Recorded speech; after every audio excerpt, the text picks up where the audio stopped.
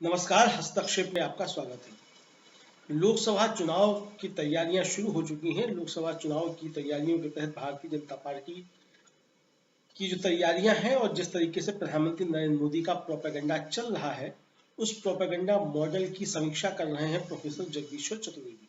तो आइए सुनते हैं प्रोफेसर जगदीश्वर चतुर्वेदी से कि प्रधानमंत्री नरेंद्र मोदी का प्रोपेगेंडा मॉडल क्या है और भारतीय जनता पार्टी किस तरीके से इस चुनाव में किन मुद्दों को लेकर के जा रही है और विपक्ष के पास इन मुद्दों की क्या काट है, या विपक्ष के पास जो मुद्दे हैं उनकी भारतीय जनता पार्टी के पास क्या काट है। तो आइए सुनते हैं प्रोफेसर जगदीश्वर चतुर्वेदी का ये संवाद सभा। मुसलमानों के खिलाफ बोला है और जो खासतौर पर जो जिस तरह से भय की भाषा में बोला है वो अपने आप में चिंता की चीज है। हम नहीं जानते कि नरेंद्र मोदी इसके परिणामों से वाकिफ हैं कि नहीं है, लेकिन वो इतने बच्चे तो हैं नहीं कि उन्हें ये ना मालूम हो कि वो जो बोल रहे हैं उसका क्या परिणाम निकलेगा। पहले हम ये जानने की कोशिश करें कि नरेंद्र मोदी ने आखिर ऐसा बोला क्या जिसकी वजह से ये सारी दिक्कतें आएंगी सामने भविष्य में।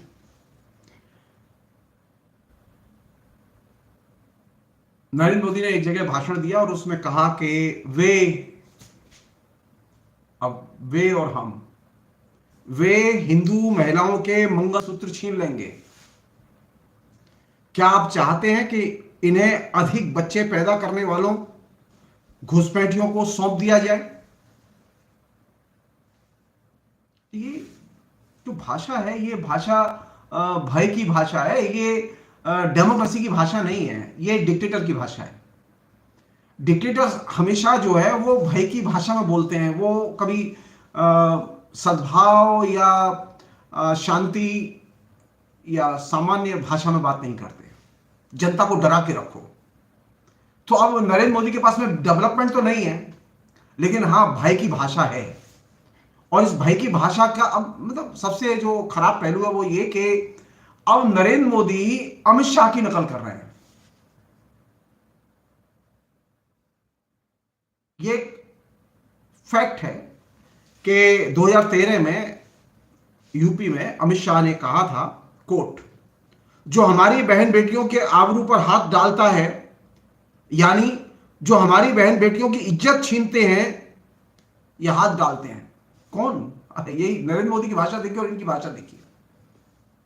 नरेंद्र मोदी अमित शाह की भाषा का अनुकरण कर रहे हैं और अमित शाह नरेंद्र मोदी की भाषा का अनुकरण कर रहे हैं।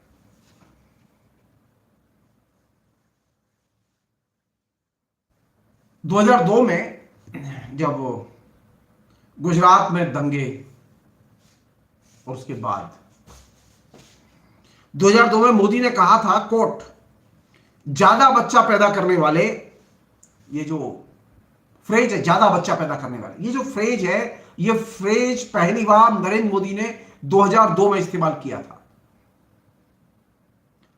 उन्होंने कहा था, जो लोग तेजी से जनसंख्या बढ़ा रहे हैं उन्हें सबक सिखाने की जरूरत है। उन्होंने नरेंद्र मोदी ने दंगा विस्थापित मुसलमानों के लिए राहत शिविरों को बच्चे पैदा करने वाला केंद्र बताया था। मोदी ने उस समय नारा दिया था, हम 5 हमारे 25, यानी मुसलमानों के बीच बहुविवाह के कारण ज्यादा बच्चे पैदा होते हैं। ये जो पूरा पैटर्न है भाषा का जो नरेंद्र मोदी ने विकसित किया है, अमित शाह ने विकसित किया है, भय की भाषा का पैटर्न, ये बेसिकली इस्लामोफोबिया की भाषा है। इस्लाम धर्म और मुसलमानों के खिलाफ में जो उन्मादी भाषा, उन्मादी आचरण जो पैदा किए गए 9/11 की घटना के बाद, और भारत में तो 9/11 के पहले से है, बाबरी मस्जिद विध्वंस के बाद खासतौर पर। तो ये जो इस्लामोफोबिया की भाषा है, ये इस्लामोफोबिया की भाषा में नरेंद्र मोदी जम के अल्पसंख्यकों के खिलाफ बोल रहे हैं। नरेंद्र मोदी भूल गए कि ये जो अल्पसंख्यक है जो हिंदुस्तान में रहते हैं, ये अल्पसंख्यक मनुष्य हैं। ये सिर्फ मुसलमान नहीं है बल्कि ये मनुष्य हैं। मुसलमान पीछे हैं, मनुष्य पहले हैं। उसी तरह जैसे हिंदू पहले है नहीं है, हिंदू मनुष्य पहले है, हिंदू पीछे है। लेकिन नरेंद्र मोदी क्या उल्टी गढ़े थे। नरेंद्र मोदी ने पूछा तुम कौन हो, तो नरेंद्र मोदी कहेंगे मैं हिंदू हूं। एक जाट से पूछा कि अच्छा ये तू बता जाट है कि आदमी है, तो जाट ने कहा कि मैं जाट हूं। तो उन्होंने कहा, फिर पिटाई हुई उसकी और कहा एक प्याज खा और एक जूता खा। जाट है कि प्याज आदमी है, वो बार बार यही बोलता रहा जाट है आदमी पीछे हो। नरेंद्र मोदी की मुश्किल यह है कि वह पहले धार्मिक पहचान को पहले बोलते हैं और वे मनुष्य की पहचान को पीछे रखते हैं। ये जो मुसलमान हैं जिनके बारे में उन्होंने ये बात कही, हम और वे में कैटेगराइज करके, हम हिंदू वे मुसलमान, ये भारतीय मूल्यों की और भारतीय सभ्यता की भाषा नहीं है। ये जो भाषा है, ये भाषा क्यों बोली जा रही है? क्योंकि नरेंद्र मोदी जानते हैं कि लोगों के बीच में अब भयानक अकेलापन है और इस अकेलेपन में ये भाषा ज्यादा अपील करती है, भाई की भाषा ज्यादा अपील करती है और अकेले व्यक्ति की मनोदशा को टारगेट करने में इससे मदद मिलती है। नरेंद्र मोदी मास्टर है इस मामले में। नरेंद्र मोदी जब ये बात कहते हैं कि वे हिंदू महिलाओं के मंगलसूत्र छीन लेंगे, तो वो एक और संकेत देते हैं जिसकी तरफ मैं ध्यान खींचना चाहता हूं आपका। वो संकेत ये देते हैं कि नरेंद्र मोदी मुसलमानों को कितना कम जानते हैं। नरेंद्र मोदी ही नहीं, नरेंद्र मोदी के अनुयायी कितना कम जानते हैं। इस्लामोफोबिया की भाषा, इस तरह की उन्मादी भाषा इस्लाम और मुसलमानों के खिलाफ में तभी क्लिक करती है, तभी असर छोड़ती है जब हम एक दूसरे को कम जानते होंगे, एक दूसरे के बीच में अलगाव होगा। तो नरेंद्र मोदी मुसलमानों को कम जानते हैं। पहला लेसन, पहला सबक इससे ही निकलता है। दूसरा यह कि नरेंद्र मोदी का कोई मुसलमानों के साथ में कोई जीवंत लगाव नहीं है, कंप्लीट अलगाव है। इस्लामोफोबिया की भाषा वही लोग बोलते हैं जिनके बीच में कोई लगाव नहीं होता। दूसरी चीज जो कि इस्लामोफोबिया की भाषा की एक महत्वपूर्ण चीज है, वो ये कि पता नहीं नरेंद्र मोदी क्यों ऐसा सोचते हैं इस्लाम धर्म को लेकर। हमारा मानना यह है कि भारत के लोकतंत्र के लिए इस्लाम और मुसलमान कोई समस्या नहीं है। नरेंद्र मोदी के दिमाग में यह फितूर बैठा हुआ है कि भारत के लोकतंत्र के लिए मुसलमान समस्या हैं। असल दिक्कत यहां पर है कि नरेंद्र मोदी के दिमाग में यह फितूर बैठा हुआ है कि मुसलमान समस्या है। एक्चुअल में मुसलमान और इस्लाम दोनों ही लोकतंत्र के हित में हैं, दोनों ही लोकतंत्र का अनुकरण कर रहे हैं। कभी भी किसी भी मुसलमान ने, कभी भी किसी भी मुस्लिम संगठन ने जो कि जनता के बीच में जाता है, जो कि रिकॉग्नाइज्ड पार्टी के तौर पर काम करता है, कभी भी किसी भी संगठन ने यह बात नहीं कही कि हम कानून की नहीं मानेंगे। या कि बीजेपी के, आरएसएस के, विश्व हिंदू परिषद के तमाम नेताओं के ऐसे बयान मिलेंगे कि अगर जजमेंट हमारे पक्ष में नहीं हुआ तो हम नहीं मानेंगे। मुसलमान कभी नहीं कहते ये बात। मुसलमान लोकतंत्र की, लोकतंत्र के संस्थानों की मर्यादाओं का ख्याल रखते हैं, सम्मान करते हैं।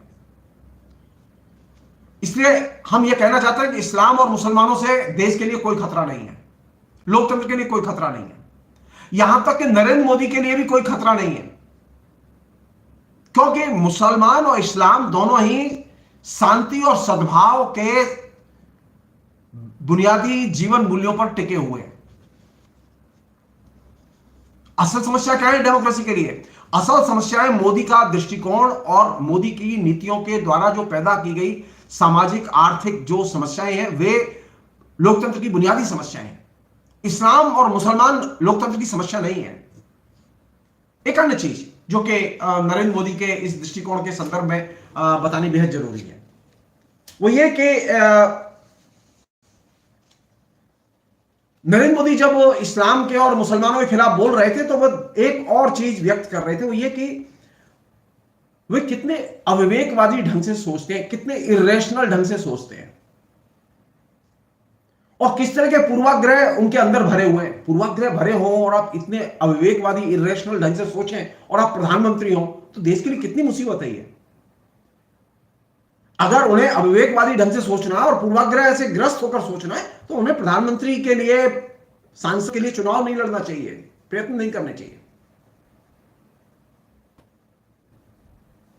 एक्चुअल में नरेंद्र मोदी जब ये बात कह रहे थे मुसलमानों के खिलाफ, तो वे मुसलमानों के, जो कि हिंदुस्तान के नागरिक हैं, उनके बुनियादी अधिकारों पर हमले कर रहे थे। और आप ये तय मानिए, जब वे मुसलमानों के अधिकारों पर हमले करेंगे तो वे हमले हिंदुस्तान की जनता के ऊपर हमले माने जाएंगे और हिंदुस्तान की जनता के बाकी जो हिस्से हैं वे उन हमलों से बच नहीं सकते। तो इस्लामोफोबिया की भाषा में बोलना, इस्लाम धर्म और मुसलमानों के खिलाफ बोलना, ये मुसलमानों के बुनियादी जो अधिकार हैं, ह्यूमन राइट्स हैं, उनका उल्लंघन और उन पर हमला है।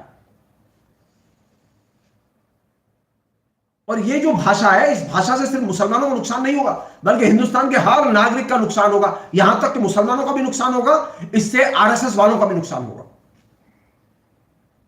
क्यों? क्योंकि इसमें एक चीज है जो कि नरेंद्र मोदी कर रहे हैं।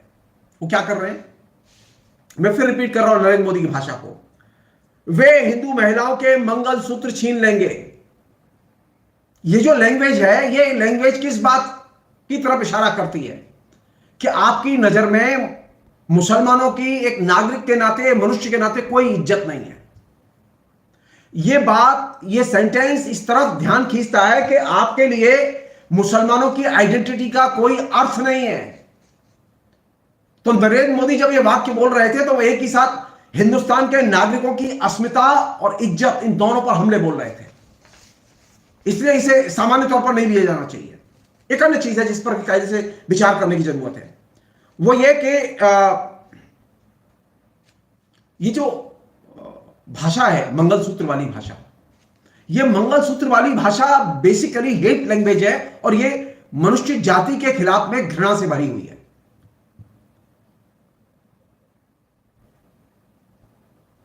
और ये सिर्फ मुसलमानों पर हमला नहीं है बल्कि उनके साथ उनकी जो कल्चर है उस पर भी हमला है। इससे क्या होगा? समाज में इसका जो साइड इफेक्ट है वो ये कि इससे सामाजिक अलगाव और सामाजिक विभाजन और बढ़ेगा। सो नरेंद्र मोदी जब इस्लामोफोबिया की भाषा बोलते हैं तो वे सामाजिक विभाजन को बढ़ावा देते हैं और वे सामाजिक अलगाव और सांस्कृतिक अलगाव को बढ़ावा देते हैं। एक अन्य चीज और आखिरी चीज इस पूरे प्रसंग में वो ये कि जब देश आतंकवाद से लड़ने में व्यस्त है, जैसा कि नरेंद्र मोदी कहते हैं, तो इस्लामोफोबिया की भाषा बोल के आप आतंकवाद से नहीं लड़ सकते। धार्मिक फंडामेंटलिज्म या हेट स्पीच देख के आप आतंकवाद से नहीं लड़ सकते। सारी दुनिया का अनुभव है, आतंकवाद से तभी लड़ा जा सकता है जब आप सारी जनता से प्यार करें, जनता से नफरत करेंगे, जनता के एक वर्ग से नफरत करेंगे, समुदाय से। मुसलमान छोटी मोटी संख्या नहीं है। हिंदुस्तान में 20 करोड़ से अधिक मुसलमान रहते हैं। मुसलमान वह समुदाय है जो कि विश्व में सबसे बड़ी पॉपुलेशन है हिंदुस्तान में मुसलमानों की। किसी भी अरब देश में इतने मुसलमान नहीं रहते जितने हिंदुस्तान में रहते हैं, और जितने बड़े पैमाने पर मध्य वर्ग मुसलमानों का हिंदुस्तान में रहता है इतना कहीं नहीं है। नरेंद्र मोदी ये इल्यूजन दिमाग से निकाल दें कि मुसलमान उनके बोलने से, भाषण देने से भड़क जाएंगे। नहीं, मुसलमानों ने एक इस्लाम से एक चीज सीखी है, वो है शांति और सद्भाव और भाईचारा। शांति, सद्भाव और भाईचारा ये इस्लाम धर्म की धुरी रहे हैं। वहां जाति प्रथा नहीं थी, वहां हिंदुओं की तरह जाति प्रथा और जाति भेदभाव नहीं था, वहां अनटचेबिलिटी नहीं रही है। इस मामले में इस्लाम जो है वो हिंदू धर्म से ज्यादा प्रोग्रेसिव धर्म है। नरेंद्र मोदी ये भूल जाते कि वे जब हमला कर रहे थे तो वे हमला किन चीजों पर कर रहे थे?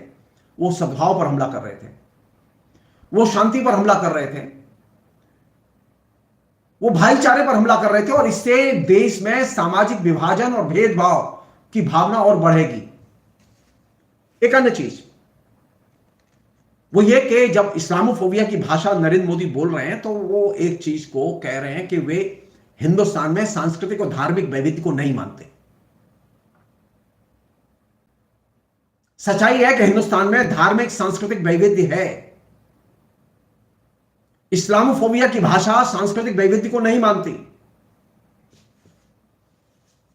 और यह भाषा जो है सामाजिक सांस्कृतिक विध्वंस की भाषा है।